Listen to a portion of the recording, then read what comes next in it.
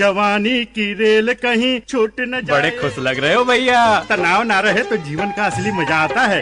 जब से मैंने नसबंदी कराई है कोई डर ही नहीं रहा। पर मैंने सुना है कि नसबंदी के बाद कमजोरी हो जाती है। अरे सब बकवास है। मैं तो कहूँ कि ताकत और बढ़ जाती है, क्योंकि नसबंदी कराने के बाद गर्भ ठहरने का खतरा बिल्कुल नहीं रहता और तुम खुल कर आनंद ले सकते हो। इसमें वक्त और खर्च भी। अरे भैया, न चीर न फाड़ और आधे घंटे में छुट्टी। किसी भी स्वास्थ्य केंद्र में मुफ्त में नसबंदी की जाती है। भैया तब तो मैं भी चला। राष्ट्रीय स्वास्थ्य मिशन, स्वास्थ्य विभाग हरियाणा द्वारा जनहित में जारी। मतदाता बनना हुआ आसान। कैसे? हरियाणा की मतदाता सूची के संशोधन का कार्य 2 से 16 अगस्त तक चलेगा। कोई भी पात्र नागरिक जिसकी आयु 1 जुलाई 2024 को 18 वर्ष या इससे अधिक है और वह मतदाता के रूप में रजिस्टर्ड नहीं है, वह अपना वोट बनवाने के लिए आवेदन कर सकते हैं। कैसे? वोटर हेल्पलाइन ऐप डाउनलोड करके ऑनलाइन आवेदन किया जा सकता है। इसी प्रकार फॉर्म 6 भरकर संबंधित जिला निर्वाचन कार्यालय अथवा बूथ लेवल अधिकारी के पास प्रस्तुत कर सकते हैं। अधिक जानकारी के लिए टोल फ्री नंबर 1950 पर संपर्क करें। मुख्य निर्वाचन अधिकारी हरियाणा द्वारा जनहित में जारी। नमस्कार, ये आकाशवाणी चंडीगढ़ है। अब आप प्रतीका से प्रादेशिक समाचार सुनिए। पहले इस बुलेटिन के मुख्य समाचार। हरियाणा मंत्रिमंडल ने प्रदेश में आबियाना खत्म करने और फसलों की खरीद न्यूनतम समर्थन मूल्य पर करने को मंजूरी दी। मंत्रिमंडल ने हरियाणा राज्य पिछड़ा वर्ग आयोग की रिपोर्ट स्वीकार की और मुख्यमंत्री शहरी आवास योजना में संशोधन को भी मंजूरी दी गई। हरियाणा के किसानों ने मुख्यमंत्री नायब सिंह द्वारा आबियाना खत्म करने और सभी फसलों की खरीद न्यूनतम समर्थन मूल्य पर करने संबंधी फैसले का स्वागत किया। हरियाणा के महिला एवं बाल विकास राज्य मंत्री असीम गोयल ने आंगनबाड़ी कार्यकर्ताओं की सभी जायज मांगों को जल्द से जल्द पूरा करने के निर्देश दिए और पेरिस ओलंपिक्स में चल रही 33वें ओलंपिक खेलों का जश्न मनाने के लिए 4 स्मारक डाक टिकट जारी किए गए। अब समाचार विस्तार से। मुख्यमंत्री नायब सिंह की अध्यक्षता में आज चंडीगढ़ में हुई हरियाणा मंत्रिमंडल की बैठक में 20 प्रस्ताव मंजूर किए गए। बैठक में आबियाना खत्म करने को भी मंजूरी दी गई है। बैठक के बाद मुख्यमंत्री ने एक बयान जारी कर ये जानकारी दी। उन्होंने बताया कि बैठक में कुल 21 प्रस्ताव रखे गए थे। मंत्रिमंडल ने रागी, सोयाबीन, काला सीड, जूट, खोपरा, मूंग, नाइजर सीड, सूरजमुखी, जौ, मक्का और ज्वार आदि फसलों की न्यूनतम समर्थन मूल्य पर खरीद के प्रस्ताव को मंजूरी दी है। आबियाना बारे लिए फैसले पर उन्होंने बताया कि इस वर्ष 1 अप्रैल से किसानों से आबियाना नहीं लिया जाएगा। आबियाना का लगभग 140 करोड़ रुपए का पिछला बकाया भी माफ कर दिया गया है। हरियाणा राज्य में पिछड़े वर्गों के व्यक्तियों को क्रीमी लेयर से बाहर रखने संबंधी मानदंडों के प्रस्ताव को भी कार्योत्तर स्वीकृति दी गई है। मंत्रिमंडल की बैठक में हरियाणा गुरुद्वारा चुनाव आयोग के अध्यक्ष पद के चयन संबंधी प्रस्ताव को भी मंजूर किया गया। अब अध्यक्ष पद के लिए 65 साल आयु की शर्त हटा दी गई है और सेवानिवृत्त जिला सत्र न्यायाधीश 10 साल से न्यायाधीश या वरिष्ठ वकील भी इस पद के लिए योग्य होगा। मंत्रिमंडल की बैठक में हरियाणा राज्य पिछड़ा वर्ग आयोग की रिपोर्ट को स्वीकार किया गया है। हरियाणा धोलीदार, बूटीमार, भोंडेदार व मुकर्रीदार में संशोधन को मंजूरी दी गई है। संशोधन के बाद धोलीदार, बूटीमार, भोंडेदार व मुकर्रीदार या उनके हित उत्तराधिकारी जिनकी 20 वर्ष की समय सीमा पूरी हो गई है, वे अब मालिकाना हक के लिए कभी भी आवेदन कर सकते हैं। मंत्रिमंडल ने मुख्यमंत्री शहरी आवास योजना में संशोधन को भी मंजूरी दी है। शहरी आवास योजना के तहत भूखंड लेने वाले आवेदकों को किस्त देने में आसानी होगी।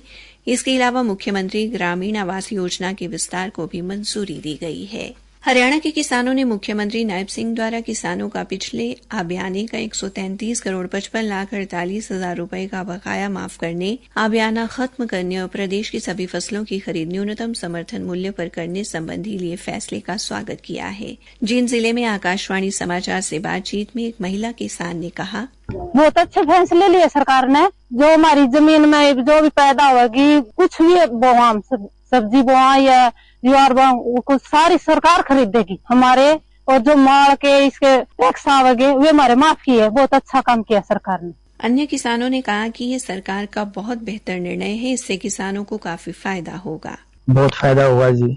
नहरी पानी के बिल माफ कर रहे हैं जी, पैसा लेना बंद कर दिया है, फसलें MSP पे ले रही है। ठीक है जी, उससे किसानों को बहुत फायदा है जी। दाएं बाएं कोई चक्कर नहीं है जी, सरकार खरीदेगी इसको, बहुत फायदा है जी उसका।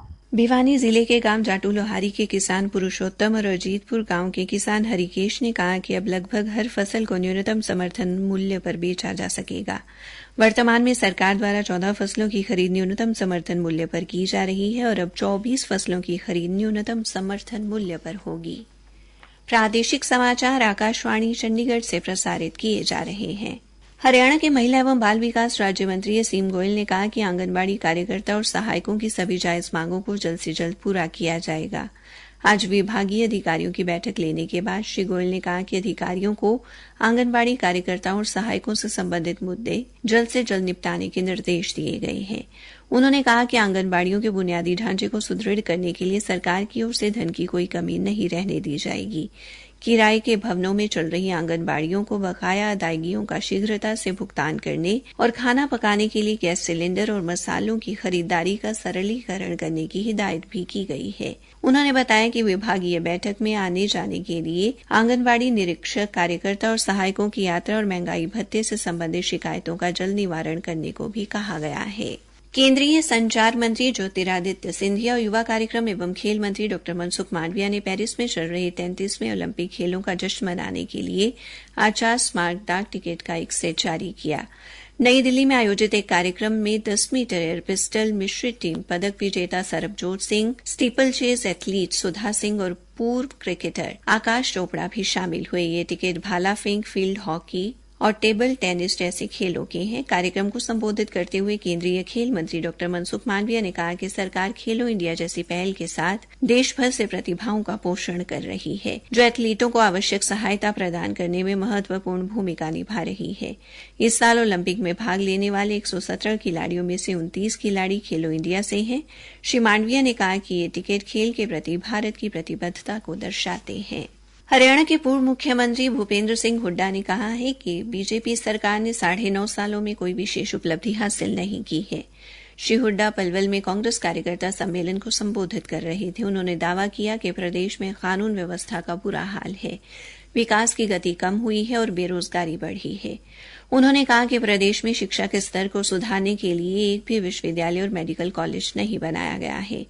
पूर्व मुख्यमंत्री ने कहा कि कांग्रेस पार्टी ने अपने घोषणा पत्र में बुजुर्गों को 6,000 रुपए पेंशन देने, प्रदेश में महंगाई को कम करने, 300 यूनिट तक बिजली माफ करने, गैस सिलेंडर 500 रुपए में प्रदान करने तथा गरीब परिवार के लोगों को 100-100 गज के भूखंड दिए जाने का वादा किया है। सम्मेलन की अध्यक्षता प्रदेशाध्यक्ष उदय भान ने की। इस अवसर पर पूर्व मंत्री हर्ष कुमार कांग्रेस पार्टी में शामिल हुए। सम्मेलन में पूर्व मंत्री करण सिंह दलाल सहित पार्टी के कई पदाधिकारी व कार्यकर्ता भी उपस्थित रहे। फरीदाबाद पुलिस की अपराध जांच शाखा की एक टीम ने आज एक नशा तस्कर को 1 किलो 912 ग्राम गांजा सहित गिरफ्तार किया है। पुलिस प्रवक्ता यशपाल ने बताया कि गिरफ्तार आरोपी कल्लू बिहार के भोजपुर जिले के गांव साहापुर का निवासी है।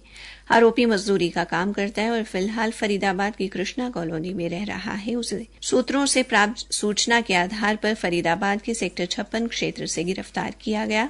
पूछताछ में खुलासा हुआ कि वो बिहार से गांजा लेकर फरीदाबाद में देने आया था और इसके लिए उसे 3,000 रुपए मिले थे। बिहार में भी उसके खिलाफ शराब तस्करी का मामला दर्ज है। हिसार में चौधरी चरण सिंह हरियाणा कृषि विश्वविद्यालय स्थित सायना नेहवाल कृषि प्रौद्योगिकी प्रशिक्षण एवं शिक्षा संस्थान में हरियाणा के अनुसूचित जाति एवं जनजाति के उम्मीदवारों के लिए 5 दिवसीय व्यावसायिक प्रशिक्षण का आयोजन किया जाएगा। विश्वविद्यालय के प्रवक्ता ने बताया कि चुने गए उम्मीदवारों को फल व सब्जी परीक्षण, बेकरी, दुग्ध एवं इसके मूल्य संवर्धित उत्पाद, कटाई एवं सिलाई का प्रशिक्षण दिया जाएगा। अंत में मुख्य समाचार एक बार फिर। हरियाणा मंत्रिमंडल ने प्रदेश में आबियाना खत्म करने और फसलों की खरीद न्यूनतम समर्थन मूल्य पर करने को मंजूरी दी। मंत्रिमंडल ने हरियाणा राज्य पिछड़ा वर्ग आयोग की रिपोर्ट स्वीकार की और मुख्यमंत्री शहरी आवास योजना में संशोधन को भी मंजूरी दी गई। इसी के साथ ये समाचार बुलेटिन समाप्त हुआ।